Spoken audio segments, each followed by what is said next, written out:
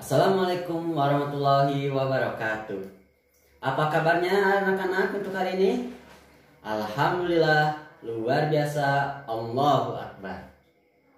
Mudah-mudahan kita selalu diberikan nikmat sehat dan selalu dilindungi oleh Allah dari kejahatan makhluknya ya. Nah, pada kesempatan kali ini kita sudah memasuki pada subtema 2, yaitu pertumbuhan dan perkembangan manusia. Nah, Bapak akan menjelaskan tentang wawancara menggunakan kata-kata yang tepat. Bisa kalian lihat di buku tematik 3A di halaman 29. Kita akan menjelaskan tentang wawancara menggunakan kata-kata yang tepat. Nah, di sini apakah ada yang sudah tahu apa itu wawancara? Wawancara adalah suatu cara untuk memperoleh data atau memperoleh informasi dengan mengajukan pertanyaan kepada narasumber. Jadi maksudnya kita memperoleh informasi dengan cara mengajukan beberapa pertanyaan kepada orang yang diwawancarai atau disebut dengan narasumber. Nah, sebelum melakukan wawancara, kita harus membuat daftar pertanyaan. Daftar pertanyaan dibuat dengan kata-kata yang tepat. Kata-kata yang tepat itu biasa disebut juga dengan kosakata. Kosakata bisa kita gunakan untuk berkomunikasi, baik itu secara lisan atau tulisan. Daftar pertanyaan dapat kita gunakan sebagai panduan untuk melakukan wawancara. Berikut beberapa kata tanya yang biasa digunakan untuk melakukan wawancara. Ada kata tanya apa, siapa, di mana, kapan, mengapa, bagaimana, dan berapa. Kata tanya apa biasa digunakan untuk menanyakan benda atau kabar. Kata tanya siapa biasa digunakan untuk menanyakan orang. Kata tanya di mana biasa digunakan untuk menanyakan tempat. Kata tanya kapan biasa digunakan untuk menanyakan waktu. Kata tanya mengapa biasa digunakan untuk menanyakan sebab atau alasan. Kata tanya bagaimana biasa digunakan untuk menanyakan cara atau kabar.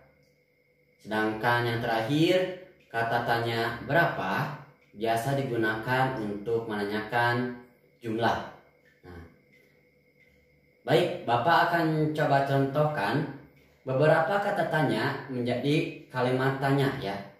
Nah, kata tanya dari kata apa? Nah, Bapak contohkan pada pertumbuhan manusia atau perkembangan manusia dari kata tanya apa itu seperti apa yang dapat kita lakukan pada usia 6 bulan.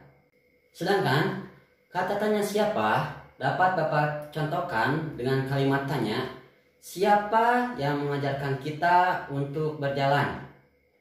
Nah, atau kata tanya di mana dapat Bapak contohkan dengan kalimat tanya di mana kita dilahirkan.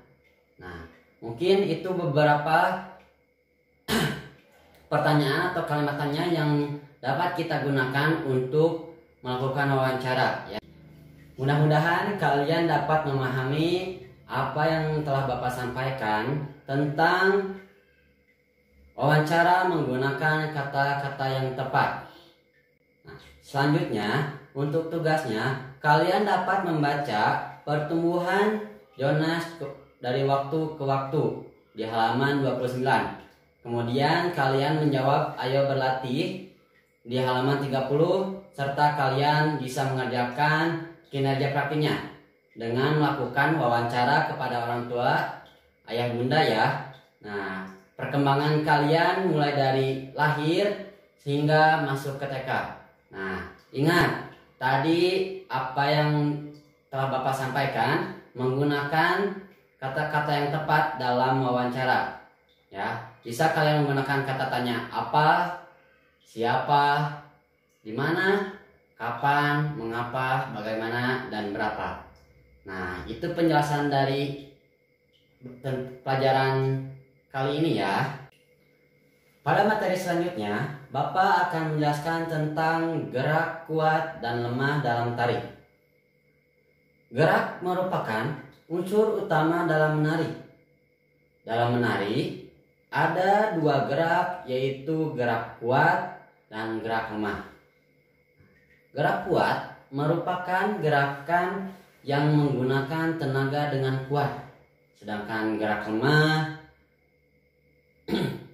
merupakan gerak yang dilakukan dengan tenaga yang lembut atau lemah ya. Nah, anggota badan yang biasa dilakukan dalam menari, digerakkan dalam menari, yaitu ada kepala, tangan, dan kaki ya. Nah, gerak kepala biasanya dilakukan dengan gerak lemah.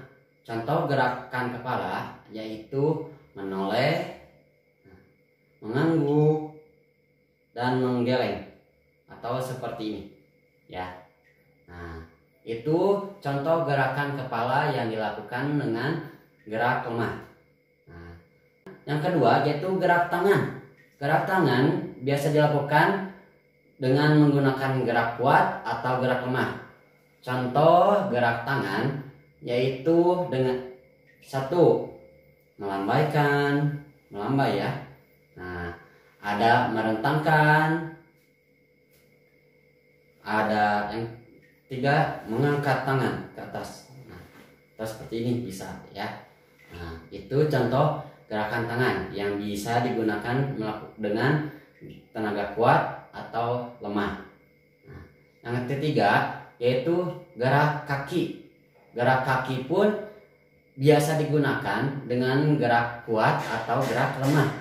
Contoh gerak kaki yaitu berjalan, jalan di tempat, atau meloncat.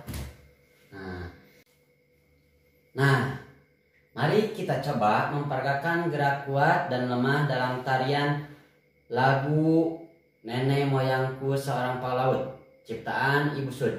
Kalian bisa buka halaman 38 untuk melihat contoh gerakan pada lagu Nenek Moyangku Seorang Pelaut. Ayo kita lakukan bersama-sama. Nenek moyangku orang pelaut, gemar mengarung luas samudra, menerjang ombak tiada takut, menempuh badai sudah biasa, angin bertiup layar berkembang, ombak berdebur di tepi pantai, pemuda berani bangkit sekarang, ke laut kita beramai-ramai. Nah, itu contoh dari Bapak untuk memperagakan gerak kuat dan lemah dalam tarian pada lagu Nenek Moyangku Seorang Pelaut ciptaan Ibu Sud ya. Nah, untuk tugasnya kalian dapat memperagakan dan menirukan gerakan dari lagu Nenek Moyangku Seorang Pelaut di halaman 38 ya. Jangan lupa untuk di video dan dikirimkan ke Bapak tugas-tugasnya ya.